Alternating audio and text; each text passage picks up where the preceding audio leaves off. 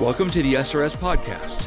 I'm your host, Aaron J. Babyar, and I'm the Training Director of Support Raising Solutions. Whether you're a new ministry worker or a veteran looking to increase your competence and confidence, Support Raising Solutions seeks to bless you in your quest to be a spiritually healthy, vision-driven, fully funded Great Commission worker. My guest today is Kevin Stanfield.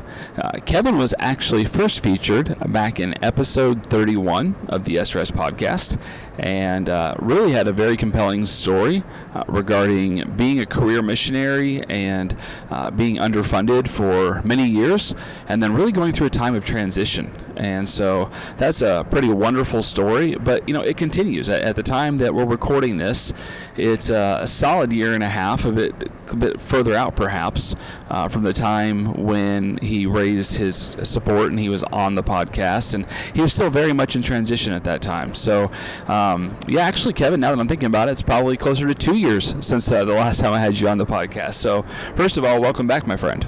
Thanks, Aaron. It's good to be back. So I realize that a lot of people probably aren't going to go back and listen to all of episode 31 before they listen to this.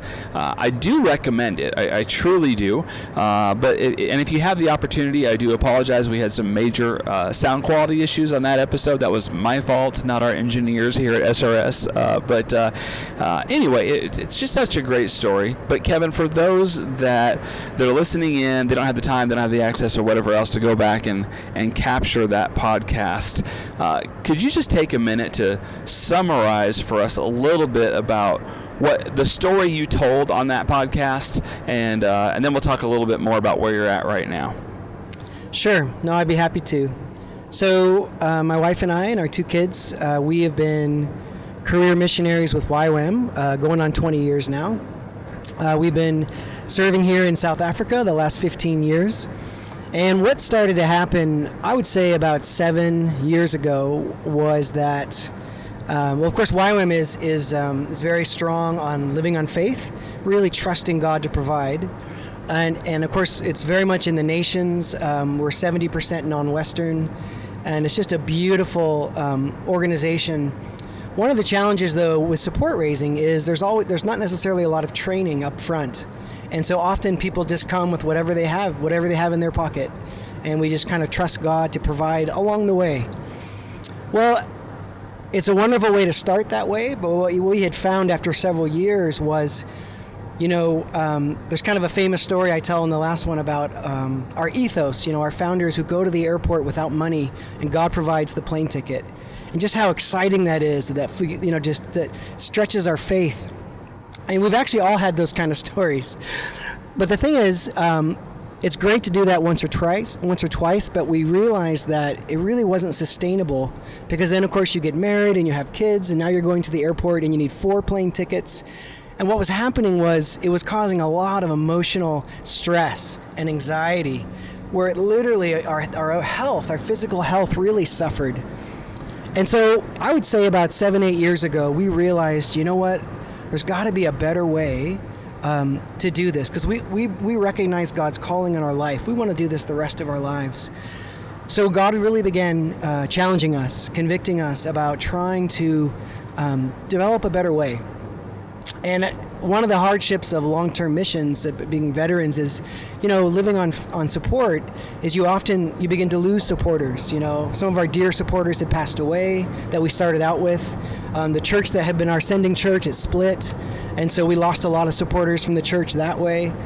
And you start to lose hope. You start to feel like, does God still provide for missionaries in this way? Or is there a new model? Does the old school way of raising up supporters, does it still work? And even working in South Africa and, experiencing some of the pain and the challenge of the nations and some of the economic disparity, it was really tough. And we actually reached a point, my wife and I, where we had to really question, can we keep going? Because we were just drowning financially. We were still trying to give everything we could to support the ministry, our African brothers and sisters. Of course, in YWAM, you raise both your personal budget and your ministry budget, which I know a lot of organizations do that as well. So we were giving everything we could, but we were drowning financially. And not only that, but it hurts it hurts when you're struggling, when you see your kids struggle, when there's not enough food, when someone gets sick and you can't afford to go to the doctor, when you need to go and do a home visit but you don't have money to pay for the flights. Those things can be really challenging. So to pick up the thread of the narrative, God was starting to really deal with you and Tanya, not in a harsh way, but in allowing you to start questioning just some of the financial implications of being regularly, almost always being underfunded, not able to do everything that you wanted to do. But then at some point, something shifted, and we don't have to hit the whole timeline and every point on it. But at one point, you did pick up the God Ask book, and I know that you started listening to it while you were working out, and you didn't tell me that you were reading that. You were, but you and I had some conversations, but then your tone and your posture and a lot of things changed, and you and I began interacting a lot more, and we did some things out of order where I started coaching you and you started reading some scriptures, and we started spending some more time really online, because I do live back in the States and you live in Africa, and we've known each other for going on 3 decades. But anyway, then, and I think this is the time of the last podcast, you actually came and back to the States and really started doing some very different things in regarding to raising up a partnership team. I just really remember you beginning to understand and seeing your passion for raising up a team of partners, people that were genuinely going to pray and give, not just people that would give money and maybe go away. And at the time of the last podcast, you were declaring for the first time that I can't. Wow, hey, I'm actually fully funded. So pick up the thread right there, if you would. Sure. Yeah, I mean, God did a miracle. And reading the God Ask, I remember I'd be working out in the gym, and I mean, sometimes I would just cry because I recognized some of the lies that I believed, even about the way God provides, and just the pain of working with other missionaries who were underfunded and how that affected me as a feeler. So coming back, taking those steps of faith, I actually read through the God Ask 3 times before I did the boot camp. Spending money to go and do the boot camp, and then just a rigorous 2 weeks of meeting with people full time. That doesn't come easily to me. I get a lot of anxiety about making phone calls. I get nervous. Normally when I'm in the meeting I feel good, but it's the lead up. But I was able to, with the Lord's help, to push through a lot of that and to really stretch those muscles I hadn't done for a long time. So when you said you raised support for 2 weeks, I know what you mean with that. Let me just kind of throw this in there for those that might be questioning or just have a couple questions there. You had already raised some support just because you're reading the God Ask. Like, you actually got busy doing it before you went to the boot camp. But I was coaching you, and you also recognized you still needed the training of the boot camp. But you really began a process, and you were experiencing really just some God-blessed success in that, and finding people that were really locking arms with you. But meanwhile, you still realized, I need to go ahead and get the training as well and go through the boot camp. And as I recall, you came from South Africa to Southern California. That's where that particular boot camp had been, and where you have some roots. And you cleared your calendar.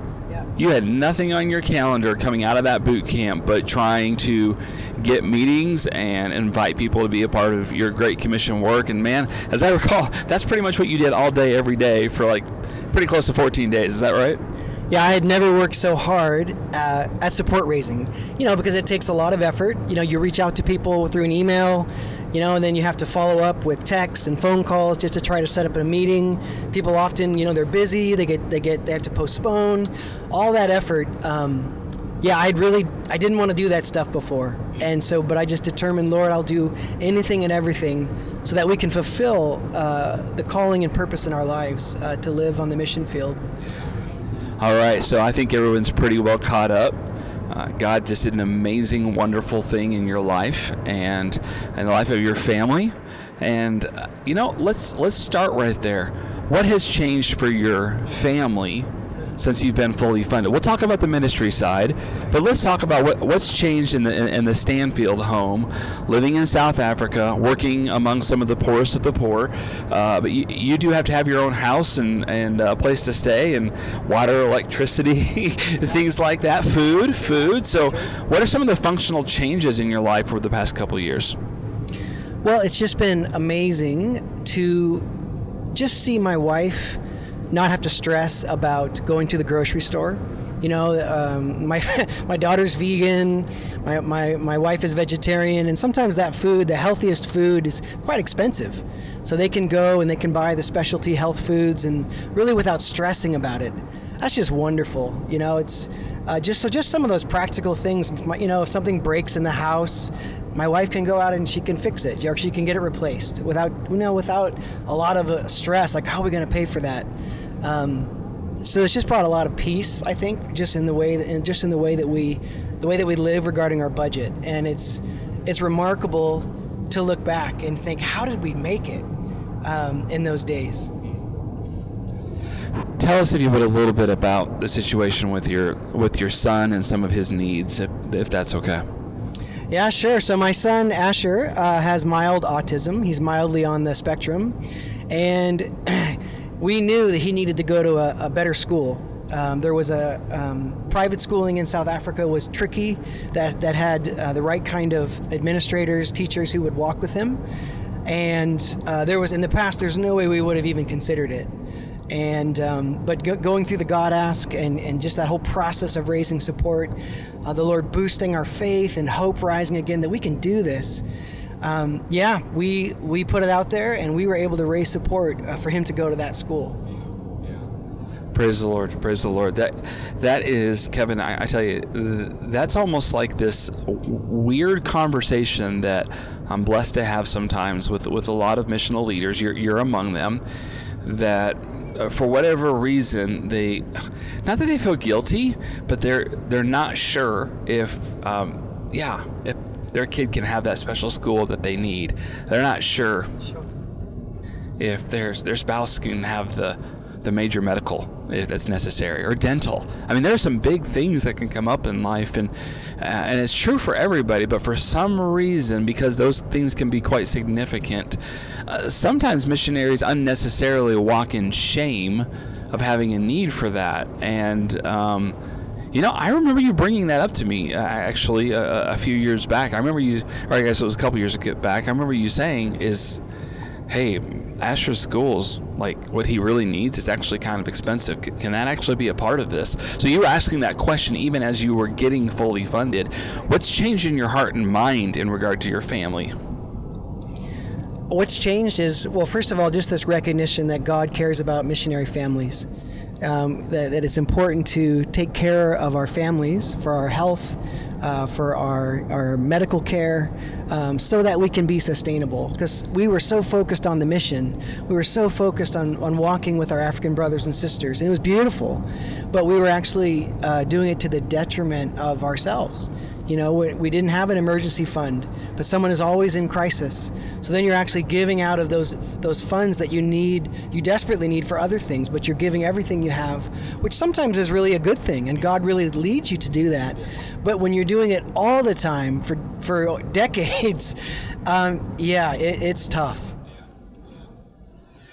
Tell us a little bit even about perhaps, and this is a little bit material, but it's for a point, because I don't think, in fact I know, we're not doing any of this so people can be materialistic. In fact, I'm pretty sure the shirt you're wearing today I've seen several dozen times in the past. His last days. Yeah, it's on his last days. But, materially, you do not live in a palace. But I think your housing situation has changed for the better. I think your vehicle situation has changed for a better. Anything to add to that? Well, yeah, just a year ago, we had stayed in the same house for 10 years. It was too small. It was breaking down, but it was a price we could afford. And a year ago, the owners came to us and they said, hey, we're taking the house back. We're going to come back. They had lived overseas. And it was a shock because our kids had grown up in this neighborhood. It's true, there are areas of South Africa that are quite unsafe, and we were living in a very safe neighborhood where we felt comfortable for my son to ride his bike down the street. His private school was just a mile away. And now we were facing this new kind of what would have been a financial crisis, but it was no longer a financial crisis because, my wife and I, we said, you know what? We're going to reach out to our support team and we're going to raise support for a rent that we would never have considered in the past. Basically it was increasing our rent by 30%. And the house that you're in now, I have noticed you're using it for ministry. Like I'm not even your third house guest this week. Your family lives there, but you've been able to bless a number of different, both Western missionaries that are coming in, but also Africans, people who are being mobilized to ministry. Like you have a greater use of your house, and again, it's not palatial, but the vision that you have even for your own housing and your transportation, brother, you're different from a couple of years ago. You're not living lavishly. You didn't do all this to live in the lap of luxury. I don't see you taking a jet between all of your meetings or anything like that. In fact, the opposite. In a lot of ways, I see you doing the same ministry that you did years ago. Last time I was able to visit, but in some ways, you're doing a lot better. So let's shift the narrative here. Now, not everybody understands what all you do, and quite honestly, I don't know if we have time to get into what all you do. You're a pretty busy guy, but you're definitely serving the Lord very, very faithfully. Tell us a little bit about, if you don't mind, tell us a little bit perhaps about Masiphumelele and some of the work that you've done. And even, this isn't you bragging on you, but maybe brag on God as far as what you've been able to do, particularly this last year during the pandemic. So when we felt God's call originally 15 years ago to come to South Africa, it was primarily to work in this little township. Other places they would call it a shanty town. In South Africa we call it an informal settlement, a slum. And it's a black township, meaning that Africa has has 11 different tribes. These are Zulu people and Xhosa people, and all the nations are there as well. Congolese, Malawians, Zimbabweans, Mozambicans, Sudanese. And we were just so blown away that there was an opportunity to minister to the nations in this little community of about 50,000 people, most of them living in shacks. Incredible poverty, though, and all the challenges that come along with that. 40-50% HIV, TB rates, 85% unemployment. And what was funny about that was, a lot of times as Americans we think, we're going to go bring Jesus to Africa. But you know what? Jesus was already there. And there was precious people in the community that were so faithful and going to church, that loved reading the Bible. But what our heart was to do was to come alongside and really help even share kind of a different perspective for discipleship making, to raise up discipleship leaders, African leaders who could really reach their own people with a message of God's grace, breaking through some of the legalism in the communities where people feel like they have to, if they don't have clean clothes that are brand new, they can't go to church, and just really helping people understand how much God loves them and sees them. So we came to Masiphumelele and was focused on house churches, discipleship making, sports ministry, mercy ministry. And what's interesting is, Aaron, what you mentioned about the lockdown this last year with COVID. Well, a year ago in March of 2020, South Africa, like many of the world, went into a lockdown because of the coronavirus. South Africa had the worst, the strictest military lockdown in the world. We had tanks going by. You weren't allowed to leave your house. It was intense. Our concern when that happened was that people in Masiphumelele were going to suffer. We're going to starve, because the majority of people there are day laborers. They live day to day, hand to mouth. Whatever they can earn that day feeds their family and their kids for that day. And with the country shutting down, there was going to be no jobs. No one has savings. No one has credit cards to somehow get them by. So we began praying, reaching out to our network, saying we have to do something. And we were able to get a special permit to leave our house, to work in the community, to work in Mas Pumalele. And we began delivering food parcels, that would feed a family for a week. And we would do several hundred of those each week. But we just felt like God was pushing us to do more. So we opened up a soup kitchen. And it was kind of an act of faith. We'd never done a soup kitchen before, but before we knew it, we were feeding 250 to 300 people every single day, most of them children.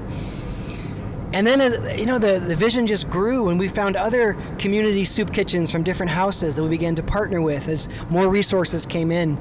And before we knew it, we were partnering with 5 or 10, at the most 30 different soup kitchens just in different African people's homes where they were cooking for their street or their neighborhood. At one point, it was so amazing, we realized that we were feeding almost 5,000 people, not just us personally, but through our network, through these amazing heroes in Mas Pumalele that used their own kitchens to cook for their people. It was so meaningful to be able to touch so many lives and to just give someone a meal in Jesus' name and tell them Jesus loves them, Jesus sees them, they're not alone. Oh, it was just incredible.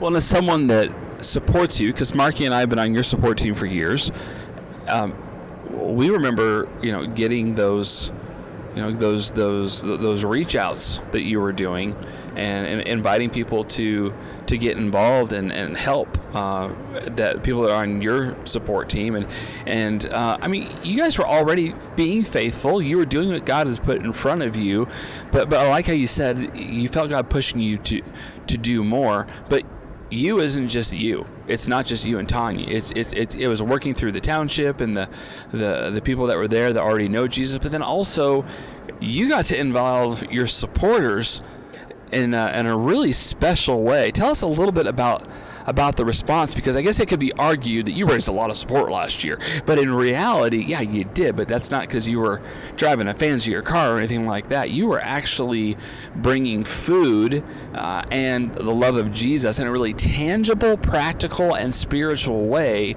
to thousands. Tell us about the support raising part. Yeah, in the old days, I think we would have never even considered it because it just was too big of a mountain. Because of all the support raising, but not just that, it's the engagement, learning to really engage with our support team where we're in regular communication and they're really tracking with us and they're praying for us, they're giving for special needs. It was so much easier just to cast vision for what God was doing.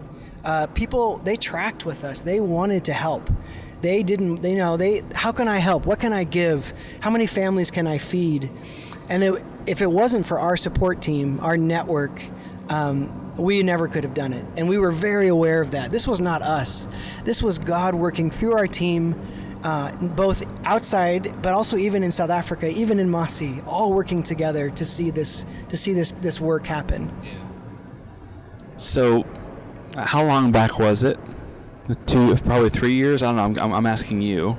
How long ago was it? Kind of the lowest of the lows, when your support was just not where it really needed to be, and your approach wasn't working, and you really, I'll use the word desperate.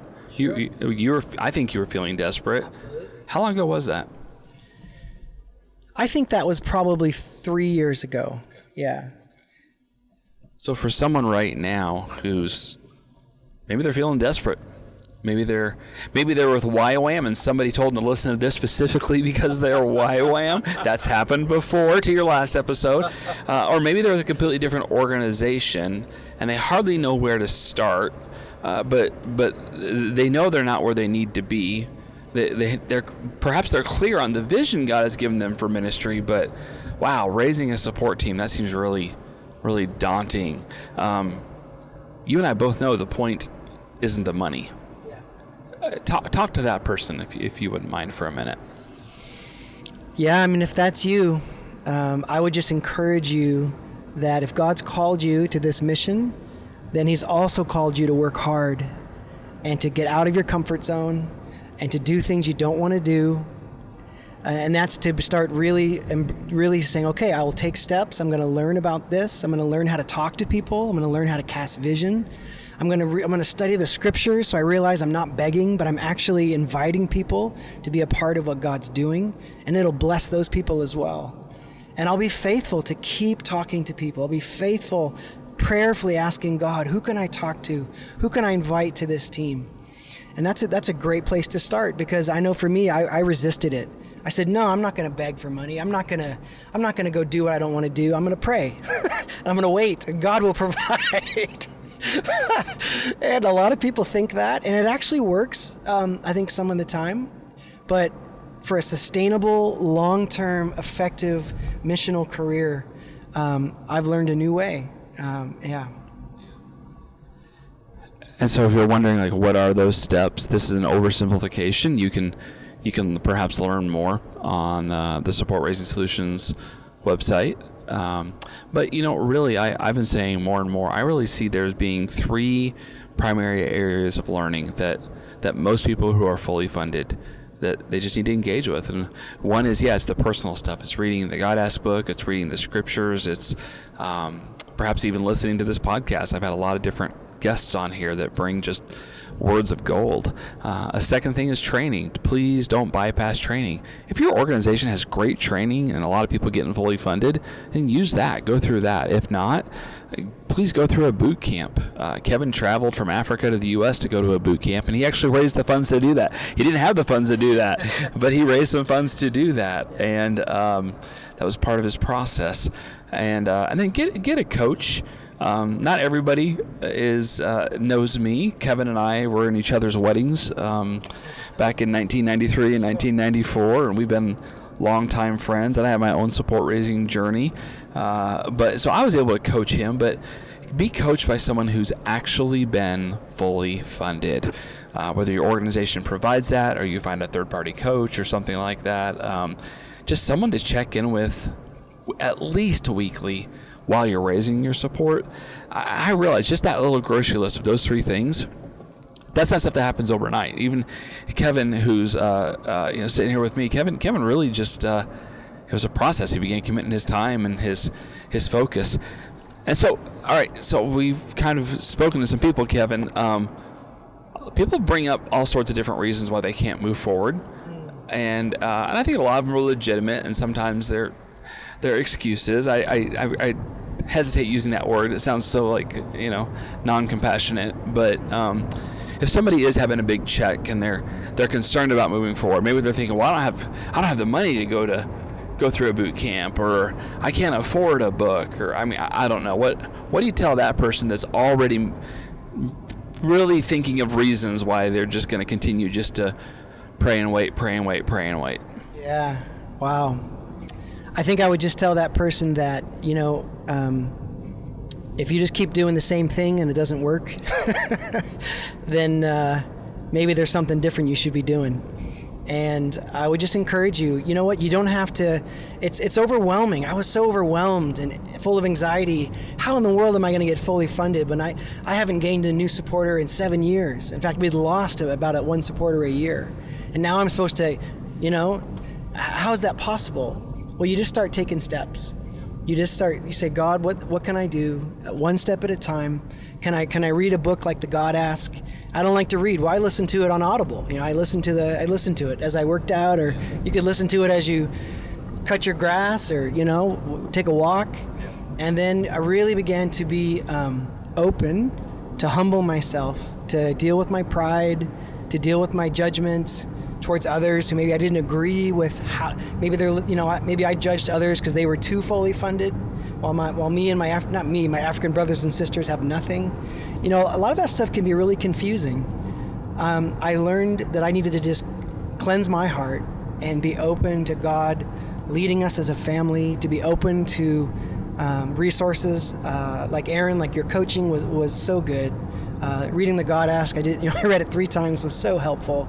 But even the boot camp on top of that, so encouraging. Even to be with missionaries from other organizations, I found that really refreshing. Sometimes when you're stuck in your own organization, you pick up blind spots, and it doesn't stretch you as much as it needs to. And so that was really helpful for me when I did the boot camp. Yeah, I am involved in some coaching through exago.org, exago.org. We have some coaches that really like to work with people that have already been trained already on that path and help them move forward. But I'm also quite cognizant that there are other ways of finding coaching. So I actually was recently, someone said to me, like, so you just want people to get coached through Exago? And I'm like, no, I just want them to seek the Lord and take the proper steps towards being fully funded. And I am great. If they're with YWAM and they know a fully funded YWAM missionary that's willing to coach them and knows what they're doing, they should start there. So this is not about SRS. This is not about Exago. This is about the kingdom of God. This is about people being a part of the Great Commission for God's glory. And if He's called you to do that, we want you to do that. We want you to just to simply listen to and follow where your Creator is moving you towards. But that's not usually just like a read one book or think about it for just a day or two, is it? No. The truth is we serve a God who is creative. God has so much creativity. There are so many different ways. Just as you begin to prayerfully take steps out of your comfort zone, so many different ways that you might see using your strengths. What are you good at? What can you do to talk to people? And so I would just encourage you not to give up, that you can do it. You might feel like you can't, it's just too much. Then reach out to someone who can encourage you. That was something that I didn't have anybody around me that encouraged me in this particular strategy of support raising. And that's why, Aaron, it was so great to have you coaching me. So if you're out there and you don't have anybody that is encouraging you, then reach out. We need that. We need to walk together. Yeah, I was definitely one of those people that I didn't reach out to get a coach because I had a seminary degree, I was embarrassed I didn't know it all, and that held me back. Right. My pride held me back many years ago. Well, as we wrap up this, I guess it's kind of a follow-up episode in some ways. As we wrap this up, and God has blessed your family and really allowed you to bless literally thousands.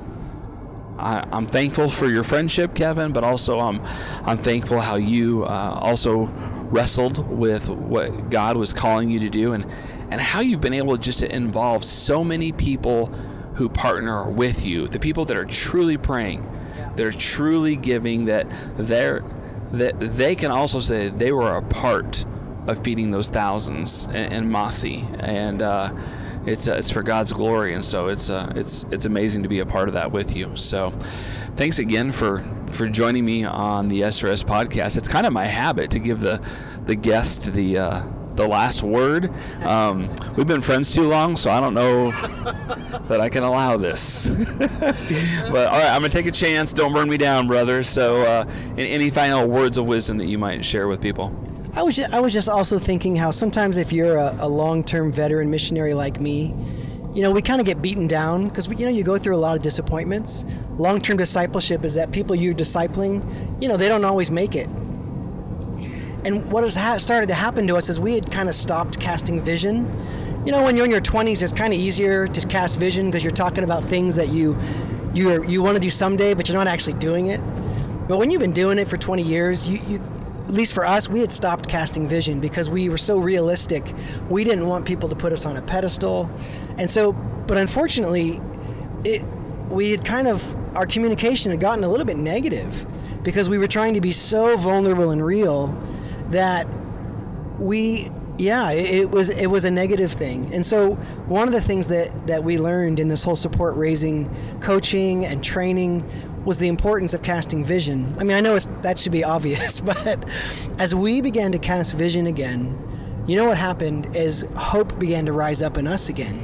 And we began to realize, oh yeah, that's right, we are doing good stuff. Because sometimes you get so caught up in just the challenges that are right in front of you that we forget, the bigger view of what God is doing. And so, I would just say casting vision has been such a boost for both me and my wife, just giving us hope. When we're feeling a little tired or exhausted or frustrated, God is doing amazing things. Well, Kevin, my friend, thank you once again for joining us on the SRS podcast. It's great to be here. Thanks for joining us for this episode. We would love to hear your ideas for future content. Please visit supportraisingsolutions.org/feedback to share your thoughts and questions. Also, wherever you download your podcast from, Be sure to subscribe for future episodes and come back each week to gain more insight into the process of building and maintaining your personal support team.